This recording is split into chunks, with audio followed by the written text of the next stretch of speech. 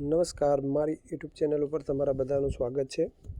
તો આજે દિવ્યાંગ જે સ્ટુડન્ટ એટલે કે વિદ્યાર્થીઓ માટે ટેટ 1 અને ટેટ 2ની જે પરીક્ષાની જાહેરાત આવી છે, તો તેના ફોર્મ કઈ રીતે ભરવા તેના વિશે આપણે આજે માહિતી જોઈએ વિડીયોના માધ્યમથી। તો સૌપ્રથમ ગૂગલ અથવા ક્રોમની અંદર એસીબી એક્ઝામ ખોલવાનું છે, ત્યાર પછી સ્ટેટ એક્ઝામિનેશન બોર્ડ તેના ઉપર ટચ કરી અને state examination board Gandhinagar government of Gujarat આ રીતનું જે બોર્ડ છે પેજ છે ખુલી જશે। તો એની અંદર 3 આપેલા છે, તેની અંદર એપ્લાય ઓનલાઈન તેમાં જવાનું છે। તેમાં જશો એટલે અહીંયા સ્પેશિયલ ટીચર એટલે કે દિવ્યાંગ માટેની જે ટેટ 1 અને ટેટ 2 તે બંનેની જે ફોર્મ છે તે ભરવાની વેબસાઇટ છે ખુલી જાય છે। તો તેમાં ફોર્મ તારીખ 8/8/2025 અને લાસ્ટ ડેટ છે તેમની 19/8/2025। તો સૌપ્રથમ આપણે એપ્લાય ઉપર ટચ કરશું તો તેમાં જે પર્સનલ ડિટેલ છે તે ખુલશે। પર્સનલ ડિટેલની અંદર બધી જ ડિટેલ છે તે તમારી ઇંગ્લિશની અંદર ભરવાની છે।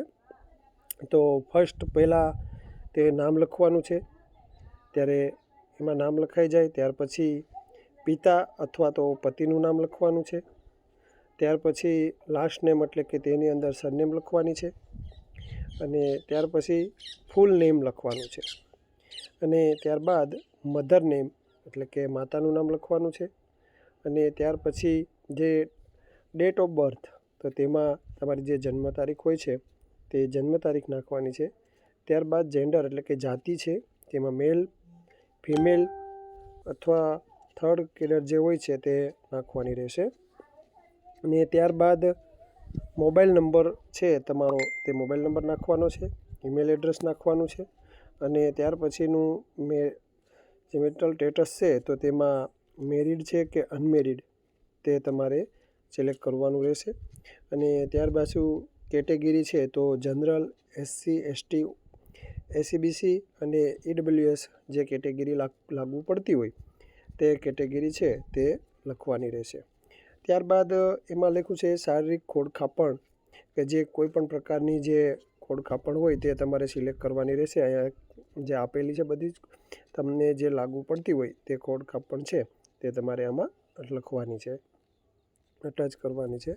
ત્યાર પછી ઓપ્શન છે કે ભાઈ સંદેશા વ્યવહાર માટેની જે માહિતી છે તેમાં રેસિડેન્ટ એડ્રેસ છે તો સરનામું લખવાનું છે, તમારું જે ફૂલ સરનામું કે કયા વિસ્તારમાં જે કઈ જગ્યાએ રહો છો તે, અને ત્યારબાદ જે સ્ટેટ એટલે કે રાજ્ય છે તે જે રાજ્ય લાગુ પડતું હોય કે ગુજરાત, આપણે ગુજરાત હોય તો ગુજરાત અને બીજા રાજ્યમાંથી હોય તો તે લખવાનું રહેશે।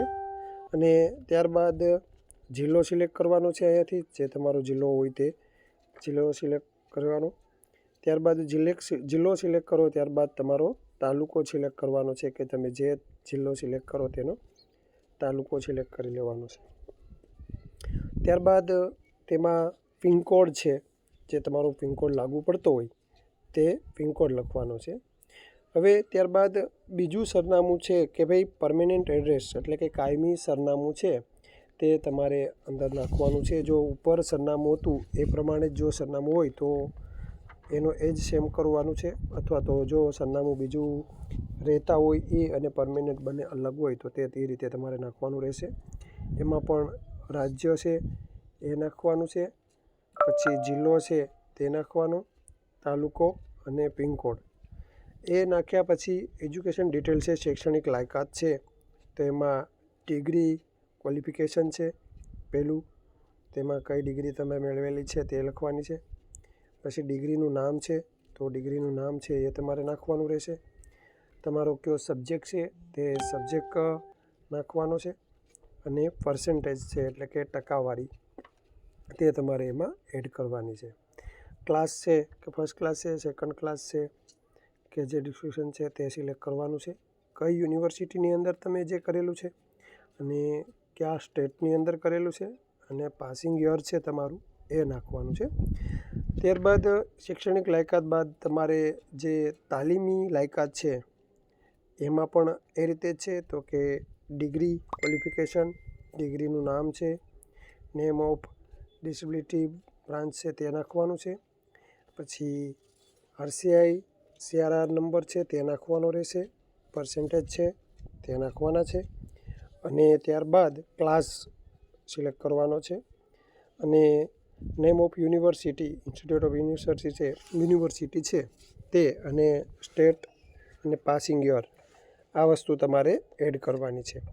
બધી જ વસ્તુઓ એડ કર્યા બાદ અહીંયા બાહેંધરી આપેલી છે તેની ઉપર ટિક કરી દેવાનું છે અને સબમિટ આપી દેવાનું છે. સબમિટ આપ્યા બાદ તમે તમારું ફોર્મ જે સબમિટ થઈ જાય પછી એપ્લિકેશન નંબર તમારો જનરેટ થઈ જશે. અને તેના પછી તમે ફોટો અને સાઇન તમારે અપલોડ કરવાના રહેશે. ફોટો અને સાઇન અપલોડ કર્યા બાદ તમે એમાં તમારે જે ફી આપેલી હોય છે, જે લાગુ પડતી હોય તે ફી ભરી શકશો. અને ત્યારબાદ તમે ફોર્મની છે તે પ્રિન્ટ કાઢી શકશો. તો મિત્રો, મારા વિડીયોથી જો તમને માહિતી સંપૂર્ણ મળી હોય તો વિડીયોને લાઇક, શેર અને સબસ્ક્રાઈબ કરવાનું ભૂલશો નહીં. ધન્યવાદ.